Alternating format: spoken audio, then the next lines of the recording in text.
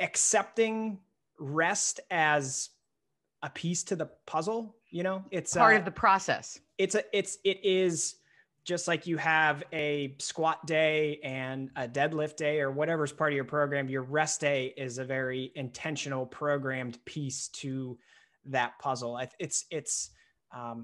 know that's hard. That's hard for a lot of people, especially when you've been doing a ton, but it's very, very important to be able to scale things back.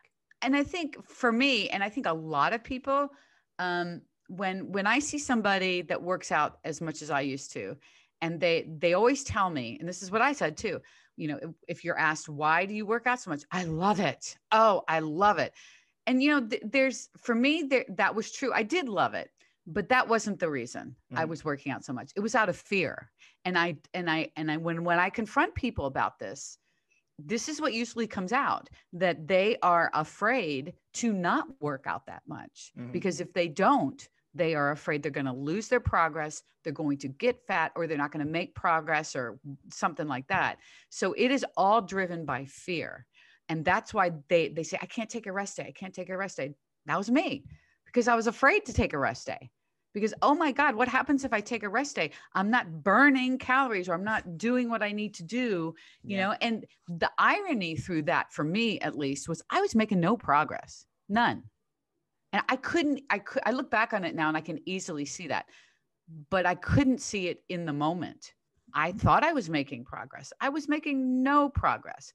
But once I scaled back to 4 days a week, and literally resting 3 days a week, my progress shot through the roof.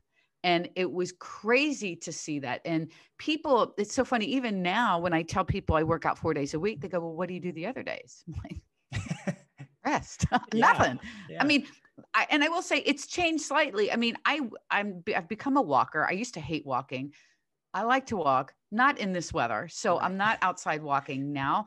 I got a spin bike for our house. So I go on an easy ride instead of a walk.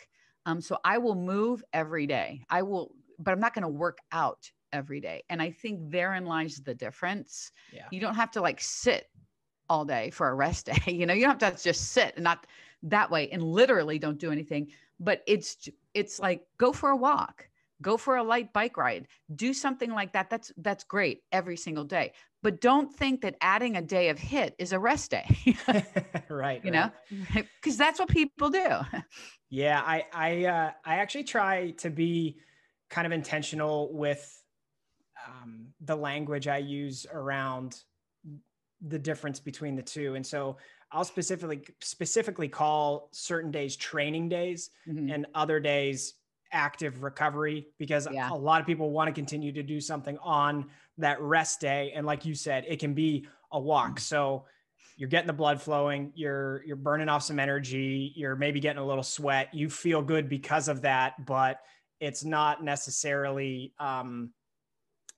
anywhere near the intensity level or the intention of an actual training day.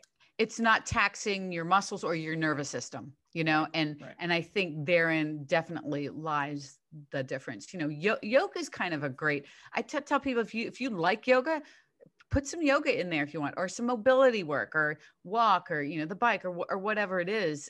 Absolutely. Or you don't have to do, I mean, I have a day, like tomorrow's probably gonna be one of those days for me, just as it turns out, that I probably will not be doing much of anything. I've got a bunch of other things around the house. I'm doing my days packed. So that might be one of the days. That's okay.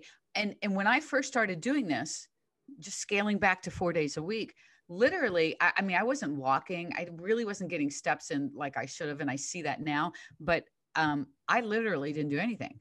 I mean, it was a rest day. So I didn't go to the gym. And what was really kind of nice about that is when my next workout day came up, I was so excited to go. Yeah. You know, I wasn't working out because I was afraid that if I didn't, I mean, the relationship was different now between me and working out. Like I felt like I had to work out like that. And now it turned into, I can't wait to go, you know? And I think that relationship, the change in that relationship, it was significant. Yeah, I love that. And I've found that both with myself and with people I work with, that programming a deload week specifically, it's rest and recovery for your body, but then it's also mental recovery. So at the beginning of the week, you may be, man, just really burnt out. That kind of comes down. And then as we approach the beginning of a new training week, that anticipation kind of builds and builds and builds. So you're super excited to be back in the gym. Just that, you know, refreshing yourself mentally as well. Can be really beneficial. It's crazy. And I think as we get older, rest and recovery days are, I don't want to say even more important, because they're important for all of us, right? But really important for us as we get older. Yeah. Just you know, the whole age is just a number thing. I agree with that to a point, but there are realities with getting older too, and we can't ignore those. I mean, the reality is it may take us longer to recover than it used to. It does me. It does me. And it even takes me a little longer to bounce back from being sick than it used to. Sure. I mean, there are things that just happen. And so I think we need to put all of that together to form how we're going to do things so we can be smart about it, you know? And I think it's just being aware that going hard at my age every single day, I will be done with this in a year or two. I won't be able to keep going. You know, I can't, my body can't do it. And there are times in life where my workout schedule has to change just because of scheduling, traveling, whatever. And when that happens and I end up having to work out back to back to back days, if I go 2 days in a row, I'm okay. If I go 3 days in a row, my body by day 3 is like, no. Mm-hmm. And it doesn't matter if I'm doing up or lower, it's just, my body doesn't like it. I feel it, you know, that third day just stinks. Yeah. So it's learning kind of where you're at and understanding that with age, we have to be smart about it.